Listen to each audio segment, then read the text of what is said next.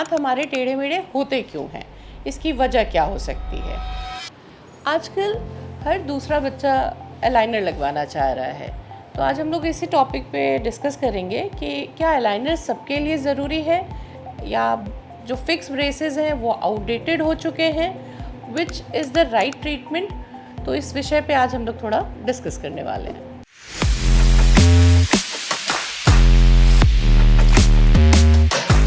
नमस्ते, मैं हूँ doctor Shweta Singh, paediatric dentist, और हमारे पास आजकल लगातार बच्चे और पेरेंट्स आ रहे हैं जो अलाइनर्स लगवाना चाह रहे हैं, जो खुद से जज करके आ रहे हैं कि हमें अलाइनर ही लगवाना है। तो सबसे पहले हम ये समझेंगे कि दांत हमारे टेढ़े मेढ़े होते क्यों हैं, इसकी वजह क्या हो सकती है।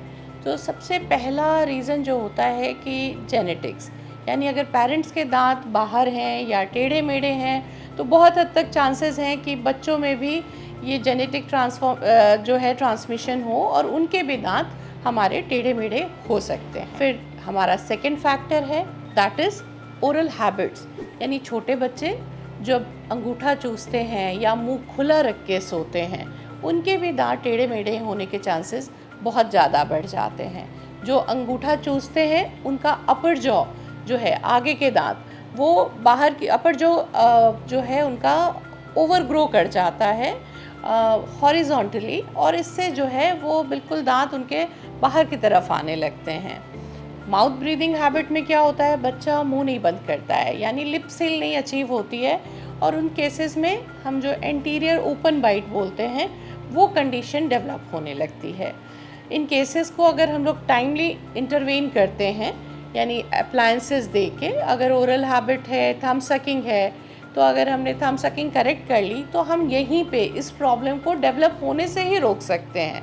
सिमिलरली अगर हम माउथ ब्रीदर है बच्चा, तो हम ENT कंसल्टेशन भी कराते हैं कि अगर कोई और प्रॉब्लम तो नहीं है जो बच्चा माउथ ब्रीदिंग क्यों कर रहा है, और अगर और कोई प्रॉब्लम नहीं है तो फिर हम इसमें हैबिट ब्रेकिंग अप्लायंस देते हैं, जिससे कि धीरे धीरे उसकी इस हैबिट को टाइमली करेक्ट कर लेते हैं, यानी प्रॉब्लम को डेवलप होने से ही हम रोक लेते हैं। सो ओरल हैबिट्स का कितना इम्पोर्टेंस है कि अगर पेरेंट्स टाइमली, जब बच्चे ओरल हैबिट डेवलप कर रहे होते हैं, अंगूठा चूसना शुरू ही कर रहे होते हैं या मुँह खुला रख के सो रहे होते हैं, इन चीज़ों पे ध्यान दें और उनको अपने चिल्ड्रन डेंटल एक्सपर्ट के पास लेके आएंगे, तो वो वहीं पे उनके हैबिट्स को करेक्ट कर देंगे, और जो ये बाद में हमारे दांत टेढ़े मेढ़े या ओवर ग्रो हो रहे हैं, जॉ ग्रोथ हो रही है, ये सब को हम होने से ही रोक सकते हैं अगर हम राइट टाइम पे इंटरवेन करते हैं तो।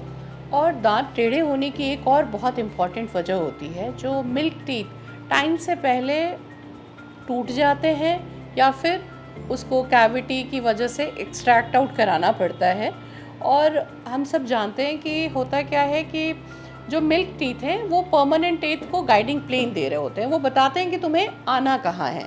अब जैसे मिल्क टीथ आपने कैरीज की वजह से निकलवा दिया और स्पेस मेंटेनर नहीं लगवाया, तो क्या होता है कि जो उसके मिल्क टीथ जो साइड के हैं वो ड्रिफ्ट होने लगते हैं, यानी वो थोड़ा सा आगे की तरफ टिल्ट होने लगेंगे और पीछे वाला भी आगे बढ़ने लगेगा, तो जो पक्का दांत जो वहाँ आना है उसको जगह नहीं मिलती है, और वो फिर बकली या रोटेटेड इस पोजीशन में आने लगते हैं। तो यहाँ फिर से मैं यही कहूँगी कि स्पेस मेंटेनर ज़रूर लगवाना है, नहीं तो फिर ये हमें ब्रेसेस की तरफ ले जाएगा, क्योंकि दांतों में क्राउडिंग होगी, and then only treatment we are left with is either to go with braces और अलाइनर्स। और कभी कभी क्या होता है, बच्चों को चोट लग जाती है तो जबड़े में, चाइल्डहुड में, तो उसकी वजह से भी जो है हमारी जॉ ग्रोथ, जबड़े का विकास थोड़ा सा रुक जाता है या कम होता है। उन केसेस में भी क्राउडिंग होने के चांसेस बहुत ज़्यादा होते हैं। चलिए अब हम जानते हैं ब्रेसेस क्या होते हैं। ब्रेसेस जो हैं ये फिक्स ब्रेसेस होते हैं, यानी कि एक बार आपके ऑर्थोडोंटिस्ट ने या फिर डेंटल एक्सपर्ट ने जब दांतों पे लगा दिया तो ये फिक्स रहेगा, इसको आप निकाल लगा नहीं सकते हैं। ये 2-3 तरह के होते हैं। ये पहला जो है मेटल ब्रैकेट होता है, दूसरा सेम मेटल ब्रैकेट की तरह ही फंक्शन करता है बट ये टूथ कलर्ड होता है, इसको सेरामिक ब्रैकेट बोलते हैं। और इसी में आजकल एक और मॉडलिटी आई हुई है, that is self ligating bracket, उसमें आपको क्या है, डेंटिस्ट के पास कम जाना पड़ता है। पर ब्रेसेस जो हैं आपके हमेशा एक्सपर्ट ही लगाते हैं। Everybody can't go with this treatment. Her dentist आपका ये ट्रीटमेंट नहीं कर सकता है, चाहे तो वो ऑर्थोडोंटिस्ट होगा या फिर वो इसके लिए स्पेशलाइज्ड ट्रेंड होगा, तभी वो ये ट्रीटमेंट परस्यू कर सकते हैं। अब मेटल ब्रेसेस जो हैं इनके क्या एडवांटेज हैं, ये थोड़े इकोनॉमिक होते हैं। टूथ मूवमेंट तो हमारे इन तीनों ही मोडालिटीज़ से, यानी मेटल ब्रेसेस, सिरामिक ब्रेसेस या सेल्फ लाइगेटिंग, तीनों में ट्रीटमेंट ड्यूरेशन लगभग सेम रहता है। पर मेटल ब्रैकेट थोड़े इकोनॉमिकल होते हैं, लेकिन इसके कुछ डिसएडवांटेज भी हैं, जैसे ये एस्थेटिक नहीं होते हैं, मुंह में दिखते हैं। इनमें हुक्स होते हैं, इनसे कभी कभी माउथ में अल्सर्स भी होने लगते हैं। और वहीं हमारे जो सिरामिक ब्रेसेस हैं इनमें भी ट्रीटमेंट ड्यूरेशन तो लगभग मेटल ब्रेसेस जितना ही लगता है, लेकिन ये एस्थेटिक होते हैं, देखने में अच्छे लगते हैं, जल्दी पता नहीं लगते हैं। एंड जो आज की यंगर जनरेशन है, they are more opting towards the ceramic braces. And then there is a self ligating braces, वो भी सिरामिक ब्रेसेस और मेटल ब्रेसेस दोनों में आते हैं, लेकिन उनमें आपको जो है हर महीने डेंटिस्ट के पास जाने की ज़रूरत नहीं होती। उसमें काफ़ी कुछ इनबिल्ट होता है ब्रेसेस सिस्टम के अंदर ही, तो डेंटिस्ट की विज़िट आपकी काफ़ी कम हो जाती है।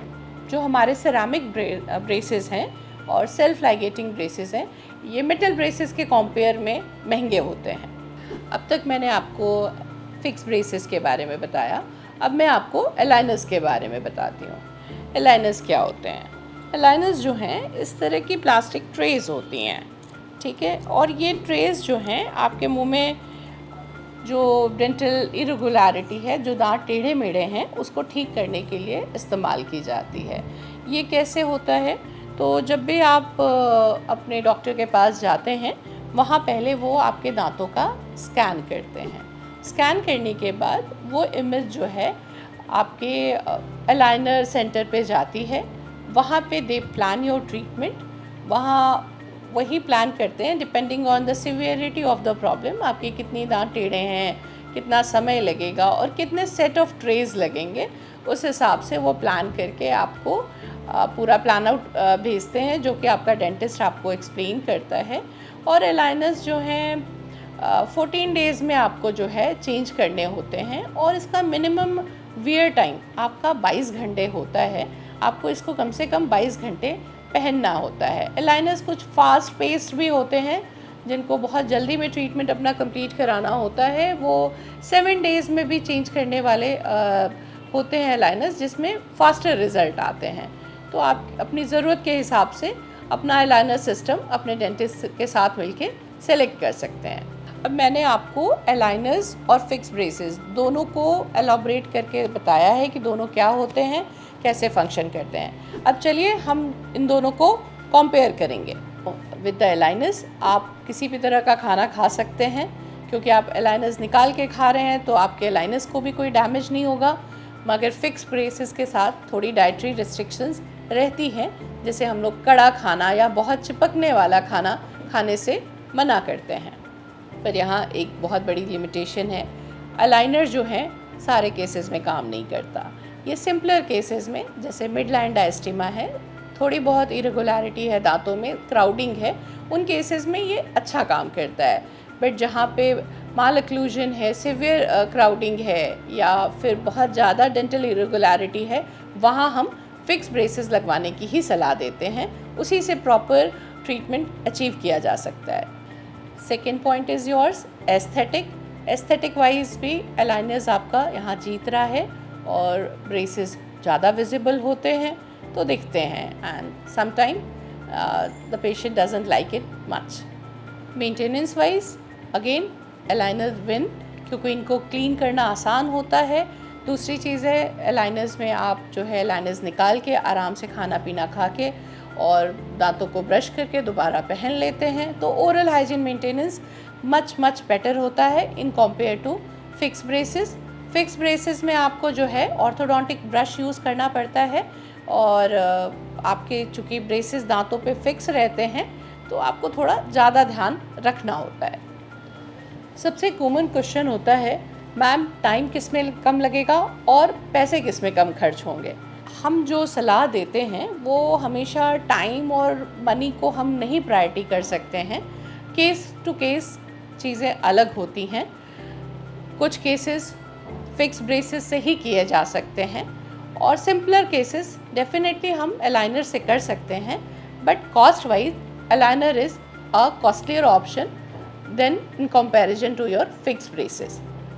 और आज हम ब्रेक करेंगे कुछ मिथ्स जो अलाइनर्स और फिक्स ब्रेसेस से जुड़े हुए हैं। अलाइनर्स सबके लिए बेस्ट है, this is a myth. Braces जो है एक ओल्ड टेक्नोलॉजी हो चुकी है, this is also a myth. Aligners हमेशा जल्दी ट्रीट करके देगा, this is also a myth. तो ऐसे बहुत सी मिथ आपके दिमाग में भी चल रहे होंगे, और कुछ भी फाइनल करने से पहले अपने डेंटिस्ट से कंसल्ट करें। और भी मिथ आपके मन में होंगे, उसको डिस्कस करने के बाद ही we have to finalise we are going with the fix braces और विद द अलाइनर्स। और आपके दिमाग में कोई और भी मिथ चल रहा हो तो आप कमेंट सेक्शन में हमें लिख के भेजिए, हम इसका रिप्लाई ज़रूर करेंगे। मेरा एडवाइस सिंपल है, सोशल मीडिया को देख के अपना ट्रीटमेंट डिसाइड मत करिए, go and meet your dentist. हर पेशेंट की jaw growth, bite, smile, dental irregularity अलग अलग होती है, और आपके प्रॉपर क्लिनिकल इवैल्यूएशन के बाद ही आपका डेंटिस्ट आपके लिए बेस्ट ट्रीटमेंट प्लान बना के आपको बता सकता है। अगर आपके बच्चे के दांत टेढ़े हैं और आप कंफ्यूज हैं कि अलाइनर्स करवाएं कि फिक्स ब्रेसेस कराएं, तो उसके लिए पहले आकर आप हमसे मिलें या फिर अपने आसपास के किसी डेंटल एक्सपर्ट के पास जाएं। सही ट्रीटमेंट बच्चे की स्माइल के साथ साथ उसकी चीविंग एबिलिटी, स्पीच पोटेंशियल और लॉन्ग टर्म ओरल हेल्थ को भी इम्प्रूव करती है। तो अगर आपको ये वीडियो इन्फॉर्मेटिव लगी है तो इसको लाइक, शेयर और सब्सक्राइब करना ना भूलें, और अपने फ्रेंड्स और फैमिली के साथ इसे शेयर करें। मैं हूँ डॉक्टर श्वेता सिंह, मिलते हैं अगले इन्फॉर्मेटिव वीडियो के साथ।